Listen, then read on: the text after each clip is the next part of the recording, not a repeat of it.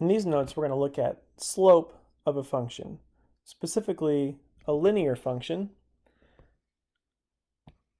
And so the slope of a linear function is the ratio of the change in x over the change in y. So you may have heard the phrase rise over run. And what that refers to is the distance up and down that a line travels over the distance left and right. And we can actually put this into an algebraic formula, which looks like this.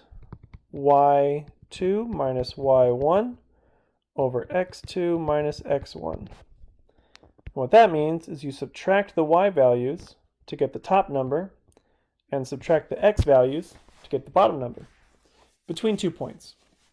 And what this gives you, if you put this into a fraction, the ratio, is it gives you the slope of the line. Now, slope is similar to rate of change. These terms are basically interchangeable, but rate of change is more broad. It compares any two different values, such as dollars per week, miles per hour, students per class. But typically this is used when you're talking about these values in terms of them being part of a linear function. So if you hear rate of change, we're discussing slope. It means the same thing. Now there are four basic types of slope of a linear function, and you want to read these graphs just like you read a book, from left to right, and that's how you can decide if a slope of a line is positive or negative. You want to look at them from left to right. So from left to right, if your line goes up to the right, this is going to be a positive slope, or a positive rate of change, which means as x increases, y is also increasing. So they're both increasing from left to right. If the opposite is true, then you have a negative slope, where as x increases, y decreases. So that's a negative rate of change. You can also have a flat line here, flat horizontal, and this is a slope of 0. And what this means is as x increases, y doesn't change. It doesn't increase or decrease. And the other option here is no slope, or undefined. Because in these cases, x doesn't increase. We have no movement from left to right, and so there's no slope of that line. So these are your four general options. Now, typically when you're asked to find the slope of a line, you're going to give a number. You're going to find the slope. But if you're asked just to classify it, this is how you would do it. We are going to practice finding the slope of each line given the graph. So again, we're going to actually find the number, the value of the slope, not just whether it's positive or negative. We're going to find the actual number value. All right, so, and the way we do that, remember, we're just going to find rise over run. So we're going to find the distance up and down between 2 points over the distance left and right. So on this first example, and again, you want to go left to right across your graphs. Read them from left to right. So we want to go from this point to this point, and they're marked on the graph for you. Won't always be. Sometimes you'll have to find your own points, but in these cases, they're marked for us. And we want to find the distance up and down between these 2 points. So we're going to count this distance. And that's 1, 2, 3, 4 spaces. So 4 is our top number. And then we're going to count across. And again, we'll count those spaces, 1, 2, 3, 4. So we have a slope here of 4 over 4, which does reduce to a slope of 1. So our slope for number 1 is 1. And we know it's positive because it goes up to the right. And so we got positive 1 for our answer. Number 2, this is a vertical line, no slope. Or undefined slope. Because again, we don't have any change from left to right, no change in x. So what this would be, if you counted 1, 2, 3, 4, 5, 6, 7 spaces over 0, but you can't divide by 0, and that's why we have no slope or undefined, because the fraction just doesn't work. Let's look at number 3. So from left to right, which means we have to go down to find our rise, our top number. So 1, 2, 3, 4, 5, 6, 7. But since we're going down, that's a -7 on top. And then over 1, 2, 3, 4, 5, 6, 7, 8. Let's count that to make sure. 1, 2, 3, 4, 5, 6, 7, 8. So -7. 8s can't reduce that, so that is just the answer there. A slope of -7 over 8, which means for every 7 spaces we move down, we move 8 spaces over. Last one here, we have a horizontal line. Again, from our categories earlier, that is going to be a slope of 0. Again, if we counted there, the distance up and down is 0, and the distance over is 1, 2, 3, 4, 5, 6, 7. Well, 0 over 7, that just equals 0. So if 0 is your top number, it's okay. You get 0. But if 0 is your bottom number, it doesn't work. Undefined. So from a graph, just count the spaces up and down and left and right between the 2 points.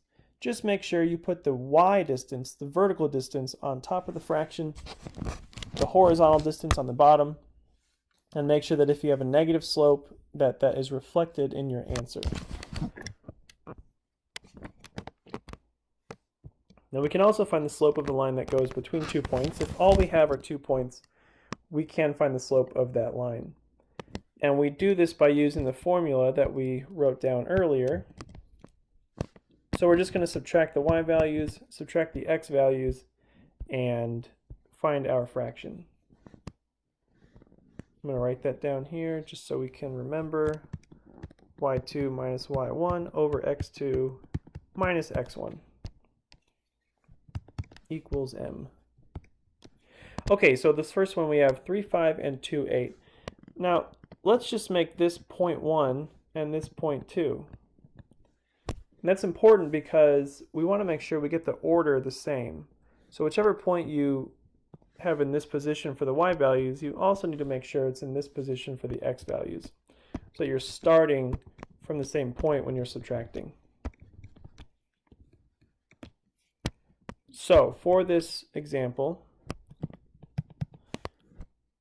and we're going to go this way, right? y2 is 8, x and y1 is 5. So 8 minus 5, subtracting the y values, over 2 minus 3 for the x values. 8 minus 5 is 3. 2 minus 3 is -1. And this is equal to -3. 3 divided by -1 is -3. So if you can simplify the number, you should. So that's -3 there. Let's look at number 2. Again, I'll just make this 0.1 and this 0.2. So our slope here is going to be y2 minus y1, which is 3 minus -7, over x2 minus x1, which is -5 minus -2. We'll have to change these subtraction symbols to addition since we have minus and negative. And what does this give us? 3 plus 7 is 10. -5 plus 2 is -3. So 10 over -3, that is as much as we can simplify. You don't want to change it to a mixed number. Leave it an improper fraction. If you like, you can move the negative out front, -10/3 like this. But both ways of writing it, honestly, are correct.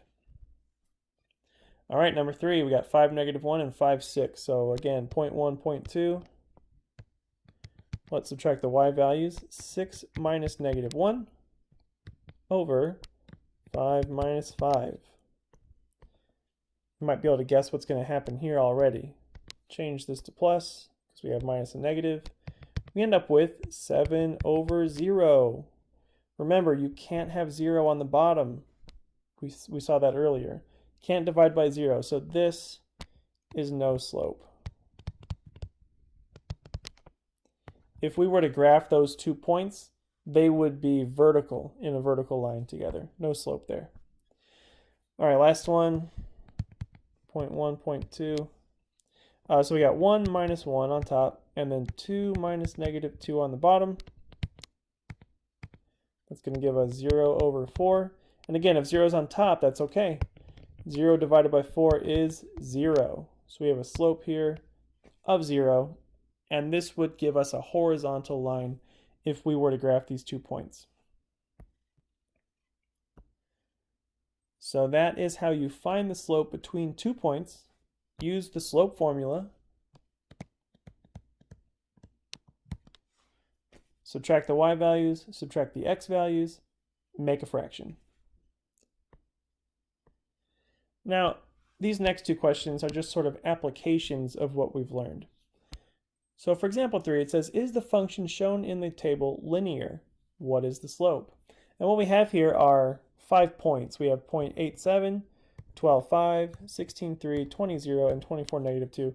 It's just written in a horizontal table instead of a vertical one. But we know we have those points, 8.7, 12.5, 16.3, 20.0, and 24, -2. Now, in order to know if this function is linear, we have to check the slope between every point. Easiest way to do that is to look at the difference between each x value and y value and make sure that ratio is the same. So let's look here. 24 minus 20 is 4. 20 minus 16 is also 4. So we're just going backwards and subtracting. 16 minus 12 is 4. 12 minus 8 is 4. Okay, so we know the change in x from point to point here is 4 every time. Well, let's check down here. -2 minus 0 is -2. 0 minus 3 is -3. 3 minus 5 is -2. 5 minus 7 is -2. Unfortunately, since we don't have the same number every time, because of this 3, this -3, that means this function is not linear, because the rate of change, the slope between each of these points, is not consistent. If we were going to graph these on a coordinate plane, it would not be a straight line. It would kind of do something like that. I'm not sure exactly what it would look like, but there would be an inconsistency right here. So this is not linear because those numbers are not all the same. Right, the rate of change of the slope here for the rest of them is -2 over 4, right? Change in y over change in x, which is -1/2. But for this pair of points right here, the rate of change would be -3/4. And so they have to all be the same for this to be a linear function. So this is not linear. And the second half of that question, what is the slope? Well, that really only applies if the function is linear. And since it's not, we can't identify the slope because it's not a linear function. But if it was, we would just give the rise over run, or y2 minus y1 over x2 minus x1, which would be -2 over 4, or -1/2. That would be the slope if it was all the same. But it's not. Okay, last example here. Find the value of r so that the line through 6,3 and r2 has a slope of 1/2. So we're trying to find out what this x value is in order for these 2 points to give us a slope of 1/2. This is really simply just filling in the values of the slope function, or the slope equation formula, the slope formula. So m equals y1, nope, it's y2, minus y1 over x2 minus x1. So we're going to fill in what we know about all these things. So first of all, we know that, let's make this 0.1 and this 0.2. So y2 is 2, y1 is 3, so 2 minus 3. x2 is r, and x1 is 3, so r minus 3. And this has to equal a slope of 1/2. So now we just have to solve this equation. let's go ahead and combine on the top. 2 minus 3 is negative 1 over r minus 3 equals 1/2. Now what we have here is a proportion.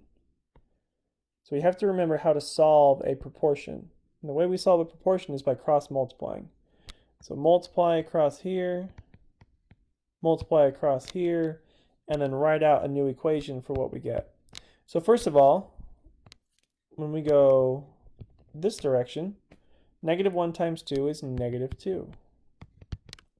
Then we have to multiply r minus 3, this whole thing, by 1. Well, anything times 1 is just itself, so r minus 3 times 1 is just r minus 3. Even if you distribute that 1, it's just r minus 3. So now it gives us an equation, negative 2 equals r minus 3. And so now we just have to solve that equation. We'll add 3 to both sides. And r is going to equal 1. So in order for this point, these 2 points, 6, 3 and r2, to have a slope of 1/2, r must equal 1. And so this problem just uses your knowledge of the slope formula to be able to plug in the missing values in order to find r. So there is a really quick overview of slope from a graph. Count up, count over, or count down and count over if it's negative.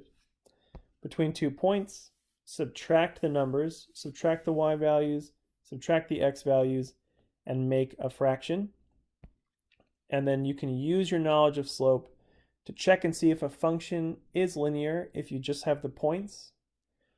And you can use the slope formula to find missing values of points if you know the slope between them.